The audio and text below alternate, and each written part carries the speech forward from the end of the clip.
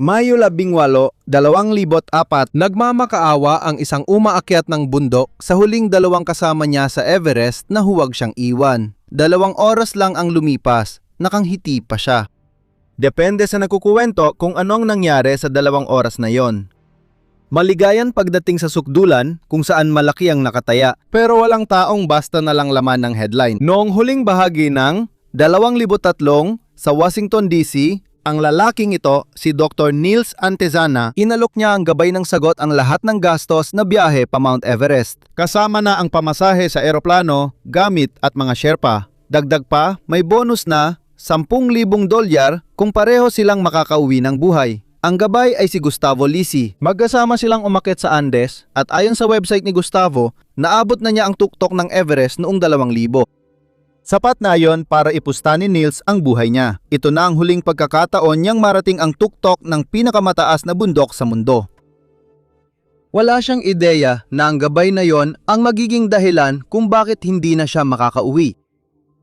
Pagsapit ng tagsibol ng 2004, pumunta sina Nils at Gustavo sa Nepal at pinapanood ng mga umaakyat sa base camp ang maliit na lalaking ito na may pilak na buhok na dahan-dahang umaakyat at bumababa sa Everest nag-aaklimatisa. Marami sa kanilang nagtataka kung ano nga ba ang ginagawa niya ron.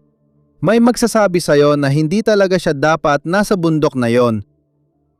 Sa totoo lang, marami ring tao na hindi karapat-dapat naroon sa Everest noon.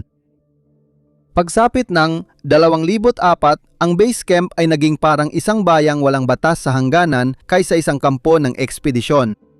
Noon, ang mga umaakyat ay inaakyat ang mga kargada sa mga high camp nila at ibinabaon ang pagkain at bottled oxygen sa loob ng zip tent sa taas na 26,000 talampakan.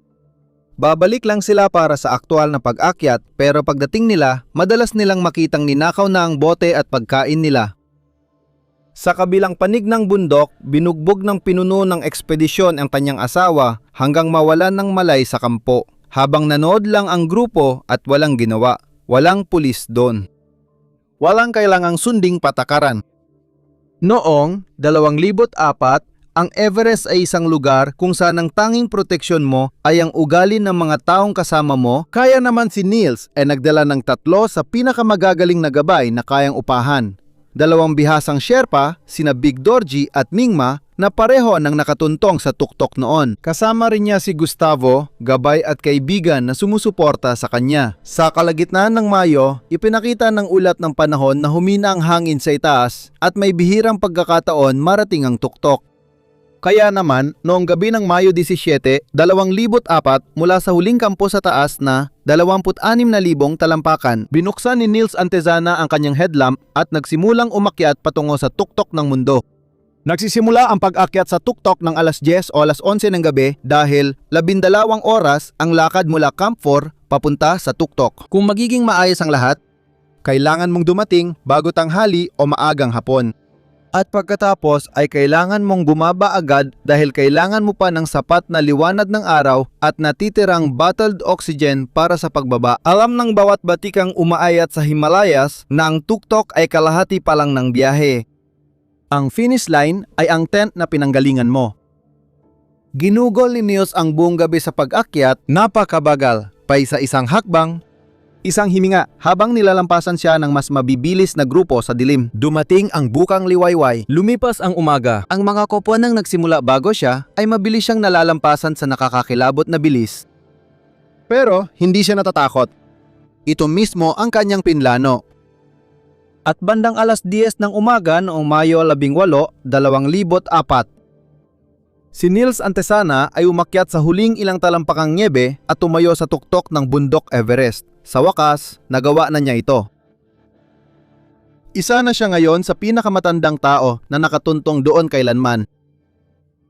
Para sa isang lalaking narating na ang rurok ng kanyang karerang medikal at gumastos ng malaking halaga para lampasan ang mga taon ng pagsasanay sa Himalaya, ang pagtayo sa tuktok ng mundo ay malamang na naging sukdulang pagpapatunay para sa kanya. Binili niya ang kanyang world record at talagang minanamnam niya ito. Kadalasan, 10 minuto lang nagtatagal ang mga umaakyat sa itaas para kumuha ng litrato sa tuktok ng mundo bago bumaba dahil hindi sapat ang oxygen doon para manatiling buhay ang isang tao, gaano ka man kahanda o kadeterminado. hindi si Niels. Paulit-ulit kumuha ng litrato si Niels. Pinagmasdan niya ang tanawin na parang isang lalaking nasa balkonahe ng hotel. Ang lalaking ito na 69 na taong gulang na talagang hindi pwedeng may kahit isang bagay na pumalya, nanatili sa tuktok ng bundok ng 35 minuto habang mabilis na nauubos ang kakaunti niyang supply ng oxygen. Nakakagulat, ang gabay na binayaran niya ng malaki ay tumayo lang at hinayaang gawin niya iyon. Sa wakas, sinenyasan ni Neil si Gustavo na bumaba na. At sa una, ang pagbaba ay gaya lang ng aasahan mo. Sabi ni Gustavo na una siya. Sinuri muna niya ang mga fixed rope bago niya ikabit ang sarili niya. Sumunod sa kanya si Niels, maingat na bumababa ng paisa-isang hakbang. Ang dalawang Sherpa ay nanatiling malapit at bumaba kasama nila sa parehong mabagal at maingat na hakbang. Sa itaas, nawala na sa likuran nila ang tuktok. Nasa ibaba lang ang camphor, parang dilaw na tuldok ang mga tolda sa malawak na dagat ng bato at niebe. Mukhang malapit na kami, baka bago magtanghalian ay makarating na kami. Pero sa itaas ng batong nakausli na tinatawag na South Summit, wala pang isang oras mula nang magsimula ang pagbaba, nangyari ito. Nagmintis ang kanang bota ni Niels sa hakbang na tinutumbok niya. Tahimik pa ang lahat dahil wala pang dapat ikabahala. Baka pagod lang si Niels. Siyempre, pagod na siya. Halos 12 oras niyang inakyat ang pinakamataas na punto sa mundo. Ngayon, kada ilang hakbang, humihinto siya, sumasandal sa tungkod, malalim ang hinga gamit ang oxygen mask, at humahaba pa ang bawat pahinga niya. Ngayon, lumihis na ang bigat ng katawan niya sa nakapirming lubid, parang lasing na hindi na matukoy kung alin ang itaas. Lumapit sina Victorgi at Mingma sa makabilang gilid. At kaunti pang pababa nang may nagsalita sa kanya, ang sagot na bumalik ay malabo at magulo ang mga salita. Alam nila ang nangyayari. Sa bango ni Niels, namamaga ang utak niya at unti-unting pinapatigil ang mga paggana nito sa tiyak na pagkakasunod-sunod. Balance muna. Yun ang bota. Pagsasalita ang pangalawa, paghuhusga ang pangatlo. Pagkatapos ng paghuhusga, lahat na lang. Si Niels, isang klinikal na patologo, ay dekada nang nag-aaral ng katawan ng tao. Ngunit habang namamaga ang kanyang utak at unti-unting nawawala ang koordinasyon, ang tanging nagawa niya ay umasa ng husto sa kanyang mga tungkod. Naglakad siya na parang maliit lang na abala ang panghihina ng katawan. Tumagilid siya at humingi ng payo kay Gustavo dahil dito mahalaga sa kanya ang pumili ng mahusay na gabay. Nagbayad sila para sa gamit at ang $10,000 na bonus ay para rito. Dapat may profesional sa tabi ni Niels nang magsimulang pumalya ang isip niya. Ngunit nang siya, si Victorgi at Mingma ay nagmasid sa paligid. Hindi matagpuan si Gustavo Lisi, kaya ginawa ng dalawang Sherpa ang trabaho ng guide at inilagay si Niels sa gitna nila. Isang lalaki sa bawat gilid at sinimulan siyang ibaba mula sa bundok. Hindi ito mga baguhang umaakyat na pilit lang ginagawa ang kanilang makakaya. Naabot na nina Victorgi at Mingma ang tuktok ng Everest dati. Alam nila na ang nangyayari sa kanya ay hindi pa nakamamatay. Pero halos maghapon nang umaakyat ang tatlong lalaki sa death zone. Pagod na sila at bawat minutong tumutulong kay Niels ay dagdag na panganib na bumigay ang kanilang katawan. Nagpatuloy sila ng mabagal at mahirap hanggang dapit-hapon. Narating nila ang isang malawak na bahagi na kasinlaki ng isang maliit na kwarto sa taas na humigit kumulang 27,500 talampakan na tinatawag ng mga umaakyat na balcony. Sa kabila ng kanilang buong pagsisikap buong hapon, nakababa lang sila ng 1,000 talampakan pababa. Ang Camphor ay nasa mahigit 1,000 talampakang ibaba pa. At sa patag na bahaging yon, hindi na talaga kayang tumayo ni Niels mag-isa. Kinailangan siyang ibaba ni na Victorgi at Mingma dito dahil tuluyan nang bumigay ang kanyang mga binti. Umabot na talaga sa sukdulan ang katawan niya matapos ang oras ng matinding pag-akyat. Ngayon, ang dalawang Sherpa na kasama niya ay naharap sa mabigat na desisyon. Hindi nila mabuhat si Niels pababa dahil sa ilalim ng balcony ay may matarik at mahabang dalisdis ng niebe. At silang dalawa ay umaakyat na ng mahigit 24 na oras. Sobrang pagod na sila, halos imposibleng makayanan ang manatili kay Niels magdamag sa labas sa 40 degree sa ibaba ng zero. Ibig sabihin, 3 katawan sa patag na bahaging yon, hindi lang isa. Yun lang ang mga pagpipilian, wala nang pangatlo, Dahil hindi matagpuan ang lalaking, dapat gumawa ng pangatlong opsyon. Kaya ginawa nila kung ano ang kaya nilang gawin. Pinaupo nila si Niels ng tuwid sa niebe, nakasandal sa dalisdis. Inilagay ang mga bote ng oxygen sa yelo sa tabi niya, malapit sa kanyang mga kamay. Pag-asa na mabigyan siya ng sapat na pahinga at oxygen para makatayo muli at mahawakan ang fixed rope. At bumaba ng bundok gamit ang sariling lakas. Ang utak ni Niels ay bumibigay na noon. Malamang nawala na ang kakayahan niyang magpasya dahil sa pamamaga, pero may mga bagay na hindi kailangan ng malinaw na isip.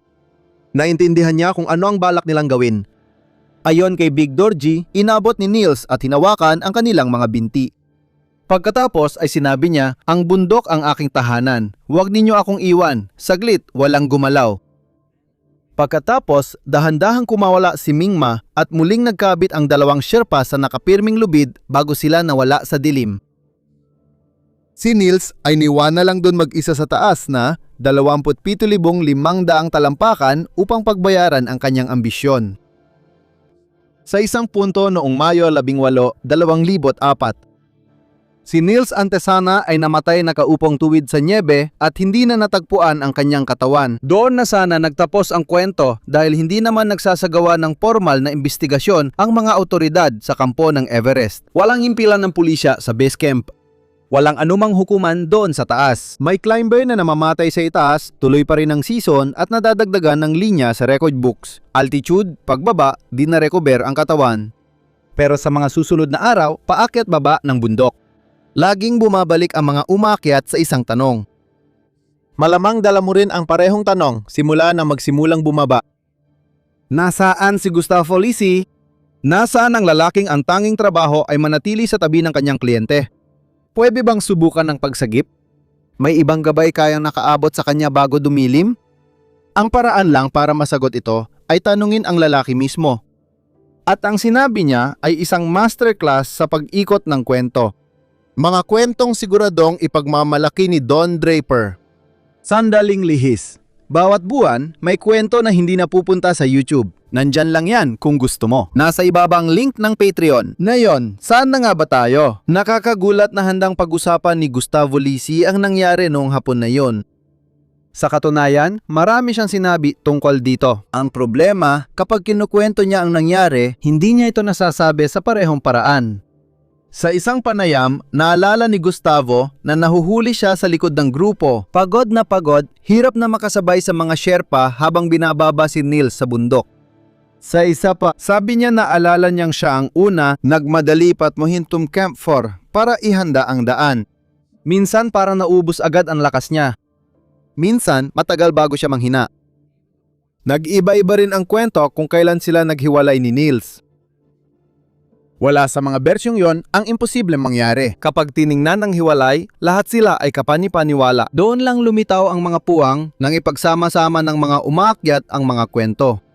Pero hindi yon otomatikong patunay dahil alam ng lahat na hindi mapagkakatiwalaan ang alaala mo sa taas na mahigit 27,000 talampakan. Bawat lalaki sa gulod na yon ay gising na ng mahigit 24 na oras at bawat segundo ay humihinga ng hangin na halos 1/4 lang ng normal na oxygen na natatanggap ng utak.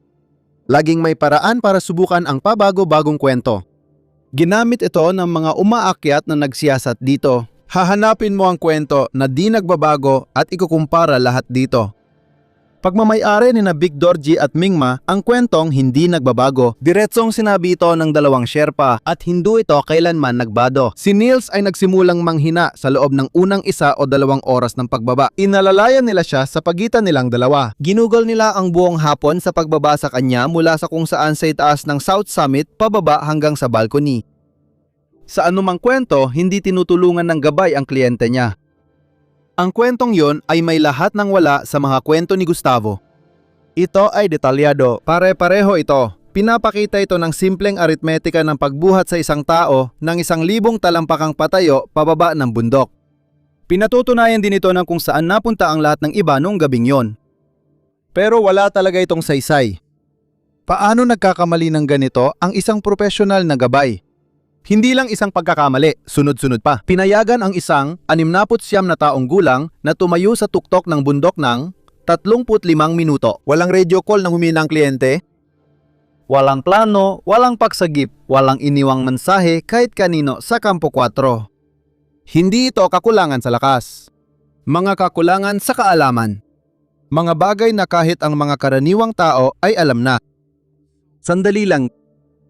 Sino si Gustavo Lisi? Ito ang tanong na walang nakaisip itanong bago umakyat. Dahil ang lalaki ay may guiding company, isang website na puno ng mga ekspedisyon sa Andes. Sa itaas ng kanyang resume, nakasaad ang tagumpay niyang naabot ang tuktok ng Everest noong 2000. Ngayon, nagtatanong na ang tao at buti na lang, mahirap magsinungaling sa Everest dahil isa ito sa pinakadokumentadong lugar sa mundo. Nang hanapin ng mga climber si Gustavo Lisi sa mga record ng summit climbing season noong 2000, umaasa silang may makitang ebidensya. Wala silang nakita. Mas lumala pa dahil ang pinakamahalagang patunay ng pag-akyat sa Everest ay ang litrato sa tuktok. Ito ang pinakamahalagang ebidensya na hinahanap ng kliyente bago mag-hire. Mayroon din nun si Gustavo.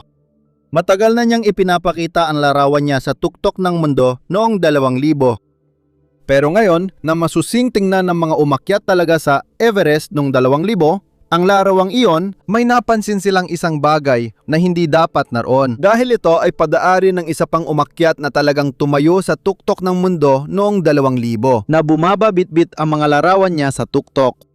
At ang mga larawan niya ay kung paano napunta sa mga kamay ni Gustavo Lisi na ipinakita sa loob ng 4 na taon bilang kanya. Ang ebidensyang nasa sentro ng negosyo ni Gustavo, ang larawang nakapagpapakumbinsi sa bawat kliyenteng humihingi ng ebidensya. Ay ninakaw mula sa isang lalaki na talagang gumawa ng bagay na inaangkin lang ni Gustavo. Lumabas na, hindi talaga narating ni Gustavo ang tuktok ng Everest nung season ng 2000. Sa halip, halos marating na niya ito, mga 650 talampakan na lang bago siya napilitang bumalik. Walang masama sa pagbabalik doon. Ang mga tapat ay nagsasabi kung saan sila napilitang umatras. Ang nawawala lang sa kanila ay pride at ego. Iyan lang ang presyong di kayang bayaran ni Gustavo Lisi. Bumalik siya mula sa kaisa-isang ekspedisyon niya sa Everest. Inangkin niya ang summit ng ibang lalaki at inilagay sa website niya. Nagsimulang maningil ng bayad sa mga kliyente para umakyat kasama ang lalaking nasa litrato. Ang kaibigan at profesional ni Niels na inakala niyang nakatayo sa bundok at umuwi ng maayos ay hindi pala nagawa ang alinman doon. Ang alam ni Niels na kulang siya sa karanasan, ang kakulangan na ginastusan niya ng malaki para mapunan ay napupunan ng isang lalaki na may parehong kakulangan din. Nang pumayag si Gustavo Lisi sa kasunduang iyon, sinadya niyang bumalik sa death zone para isang kliyenteng nagbabayad ang magdala sa kanya pabalik sa tuktok na nagdulot sa kanya ng kahihiyan. At si Niels ay walang alam. Akala niya bibili siya ng karanasang babawi sa kakulangan dahil sa kanyang edad. Hindi niya alam na inilagay niya ang kanyang buhay sa kamay ng taong ang karanasang yon ay nakabatay sa kasinungalingan. Kung nakaapekto man iyon sa mga desisyon niya noon, si Gustavo Lisi lang ang makakasagot. Naisip mo ba gaano kalaki ang ego para gawin yon? Pero halos hindi ka panipaniwala, halos imposibleng mangyari. Mas lumalala pa ito. Hulaan mo kung anong ginawa ni Gustavo matapos siyang bumaba ng bundok noong gabing yon, Mayo 18, 2004 at makarating sa mga tent sa Camp 4 habang ang kliyente niya ay nakaupo pa rin sa nyebe, 1,000 talampakan sa taas. Natulog siya. At para maging pata sa kanya, bumaba si Gustavo mula sa bundok na sobrang masama ang lagay. Naubos ang lakas niya habang nasa daan. Ayon sa kanya, sobrang pagod siya kaya halos di na makagalaw. Ayon sa kanya, dumating siya sa mga tolda sa Camp 4 bandang 11:00 ng gabi, sobrang pagod. Maintindihan kung ang lalaki ay bumagsak na lang sa sleeping bag noong gabing iyon. Ubos ang lakas ng lahat sa death zone. Baka talaga wala nang natira sa kanya. Pero ang tulog ay nagpapabalik ng lakas sa isang lalaki. Pero ang impormasong alam ni Gustavo ay hindi na pwedeng maghintay hanggang may magising pa. Siya lang ang nakakaalam sa Kampo 4 na ang 69 na anyos niyang kliyente ay nasa itaas pa rin. Hindi pa ligtas sa panganib. At sa paligid niya sa South Col ay naroon ang mga tent ng ibang ekspedisyon na may mga boteng puno ng oksigen. Ang pagsabi ng nangyari sa kanila ay libre, salita lang ang kailangan. Wala siyang sinabihan. Hindi siya nagtaas ng alarma nung gabing yun at pati na rin sa pagsikat ng araw nung ikalabinsiyam ng Mayo. Hindi pagkatapos magpahinga o kumuha ng oxygen at hindi rin sa mga huling oras ng umaga na posibleng tumitibok pa ang puso ni Nils. May lumabas pa rin dahil kinabukasan nagkaroon ng update ang website ni Gustavo Lisi. At nakita ng mundo ang magandang balita mula sa Himalayas. Matagumpay ang ekspedisyon at naabot ang tuktok ng Mount Everest. Kung dati kang kliyente o mas mabuti pa, magiging kliyente ka na nagbabasa ng update, naging perpekto ang lahat. Muli na namang naghatid ng tagumpay ang gabay. Ang kliyente ng pera ang nagpundo sa ekspedisyon na nananatiling nakaupo 1,000 talampakan sa itaas ng Camp 4, giniginaw at walang magawa nang lumabas ang update na yon ay hindi man lang nabanggit para hindi siya kailanman umiral. Pero para kay Gladys, totoo siya. Si Gladys Antezana ay kasal kay Nils sa loob ng 38 taon. Sa loob ng 38 taon, sa trabaho at sa bawat bundok na inakyat bago ito, nagkasundo silang siya ang gagawa ng delikadong gawain at tatawag agad sa telepono kapag ligtas na. Hindi niya kailanman nilabag ang usapan, ni minsan sa halos 4 na dekada. Noong linggong yon, nagpapagaling si Gladys sa ospital sa Baltimore matapos ang maliit na operasyon. Noong Mayo 18, nakahiga siya at kinukwenta ang pagkakaiba ng oras. Kung nasa tuktok siya sa umaga, makakabalik siya sa kampo kinagabihan. Ibig sabihin, kailangan niyang tumawag agad. Pagkatapos natapos ang ika-18 at dumaan ang ika-19. Sa wakas, tumunog ang telepono 2 araw matapos ang summit. Ngunit hindi ang kanyang asawa ang nasa kabilang linya. Isang malakas at magaspang na boses ang nagsabi sa kanya na narating na ng kanyang asawa ang tuktok ng mundo. Na sobrang saya niya habang naroon sa itaas, pero may masamang nangyari habang siya'y pababa at hindi na bumalik si Nils sa kampo. Sinabi ng tinig na wala na siya. Pagkatapos sa parehong tawag na yon, tinanong niya, saan niya ipapadala ang gamit ng asawa niya? Yun lang ang meron si Gladys. Walang katawan o paliwanag na may saysay. Isang pang-akom sa wakas ay napako. Para sa karamihan ng pamilya, doon na natatapos ang lahat dahil ano ba talaga magagawa mo? Walang libing pag walang bangkay. Walang ulat ng pulis kung walang pulis. Iniharap sa'yo ng Everest ang isang saradong pinto habang nakikibit balikat lang ang industriya. Mapanganib ang bundok at alam niya ito.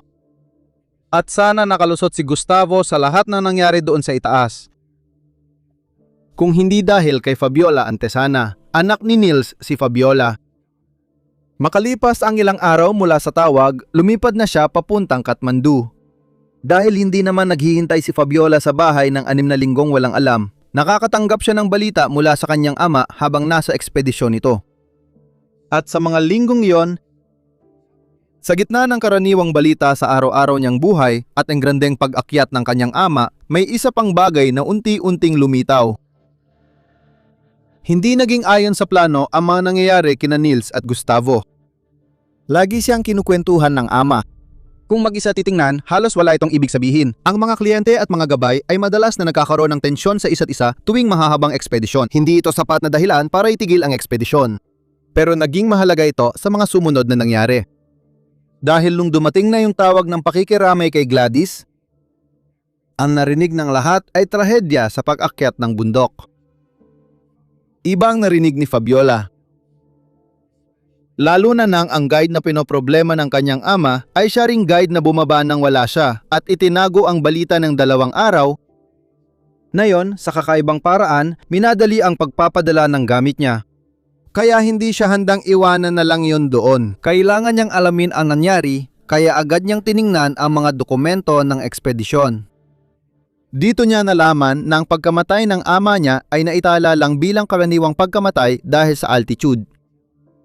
Walang investigasyon na binuksan o planong magsagawa. Itinuring ng tapos ng gobyerno ng Nepal ang kaso ni Nils Antezana bago pa dumating ang eroplano ng anak niyang babae. Kaya sa tao siya lumapit, hindi sa iba. Sinimulan niyang hanapin ang sinumang daling sa bundok noon panahong yon.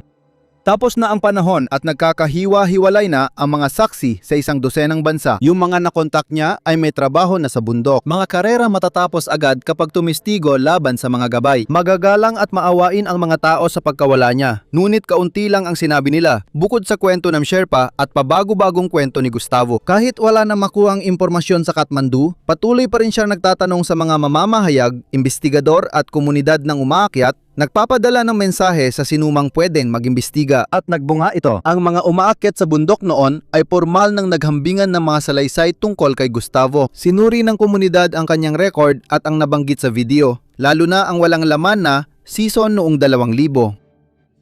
Ang ninakaw na litrato at negosyong itinayo sa summit ng iba ay ngayon ay opisyal na nasa talaan, kaya hindi na ito mapapalampas ng mga kliyente.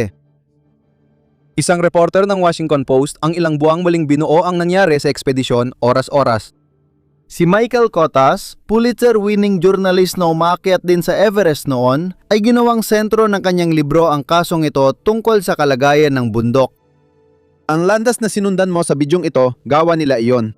Sinimulan ng isang anak na babae na walang badge, walang jurisdiksyon at walang bangkay na maililibing na nagpasya na ang pagsasabing delikado ang bundok ay hindi naging sagot. Kaya para sa isang kaso na may malinaw na ebidensya, iisipin mong madali lang itong maresolba, di ba? Si Gustavo dapat ay naaresto at kinasuhan ng kahit ano, kapabayaan, pag-abandona o panilin lang kahit man lang. Narito ang totoong nangyari. Wala. Tandaan, kinilala ng gobyerno ng Nepal ang pagkamatay ni Nils Antezana bilang karaniwang pagkamatay dahil sa altitude at tumangging mag-imbestiga. Wala ring korte ang humawak sa kaso dahil wala namang ibang pwedeng gumawa nito. Sundan mo sandali ang usapin ng jurisdiksyon, makikita mo ang katibong, ang gabay ay isang Arhentinong lalaki. Ang kliyente ay isang Amerikanong lalaki. Namatay siya sa Nepal sa taas na 27,500 talampakan sa lugar na di mararating ng investigador, kung saan ang ebidensya ay nakayelo sa isang gulod na mahirap abutin ng iba. Si Gustavo Lisi ay basta na lang umalis. At bumalik siya sa trabaho. Sa loob ng maraming taon, pagkatapos noon, makikita mo si Gustavo Lisi na nangunguna sa mga kliyenteng nagbabayad paakyat ng mga bundok sa Timog Amerika. Mamabagong kliyente na malamang ay nagbukas ng isang website, binasa ang kanyang resume at nagtiwala sa lalaking nakatayo sa harap nila tulad ni Nils. Dahil ang katotohanan sa isang mundo na walang korte ay ang pagbubunyag lang ang tanging parusang maaaring ipataw. Sa mga samahan ng mga umaakyat, naging simbolo ng lahat ng mali sa pag-akyat na walang regulasyon ang pangalan niya. Sa mga forum, hayagang tinatanong kung paano pa nagtatrabaho at miyembro ng mga iginagalang na Alpine Club ang taong ito. At ang sagot sa tuwina ay iyon ding sagot na ibinigay ng Nepal kay Fabiola. Walang may kapangyarihan para pigilan siya. Sa pagga-guide sa matataas na altitude, ang tanging background check ay ang sariling ginagawa ng kliyente. Hindi nagbabasa ng climbing forum ang mga kliyente, website lang ang binabasa nila. Ang sistemang pumalyang parusahan si Gustavo Lisi ay siya ring nagpayagang gumabay siya mula simula. Hindi ito kailanman nagbago. Nang direktang hinarap ng pamilya Antezana, sinabi ni Gustavo Lisi ang isa sa pinakagarapal na sinabi tungkol sa buong trahedyang ito. Itinanggi niya na naging gabay siya ni Nils kailanman. Ayon sa pagkakakwento ni Gustavo, kaibigan lang siya ni Nils na napasama sa parehong ekspedisyon. Sinabi ng lalaking pinuntahan ni Nils sa kabilang panig ng mundo at pinagkatiwalaan ng buhay niya na hindi siya kailanman naging gabay nito. Isang kaibigan lang na nagkataong nandoon. Walang nakasuhan sa nangyari kay Nils Antezana. 12 taon ang lumipas, may isa pang umakyat ng bundok sa death zone, dala ang parehong hangarin patunayan ang sarili sa mundo. Pero sa pagkakataong ito, walang gabay na naroon para akuin ang sisi. Iyan ang susunod na kwento.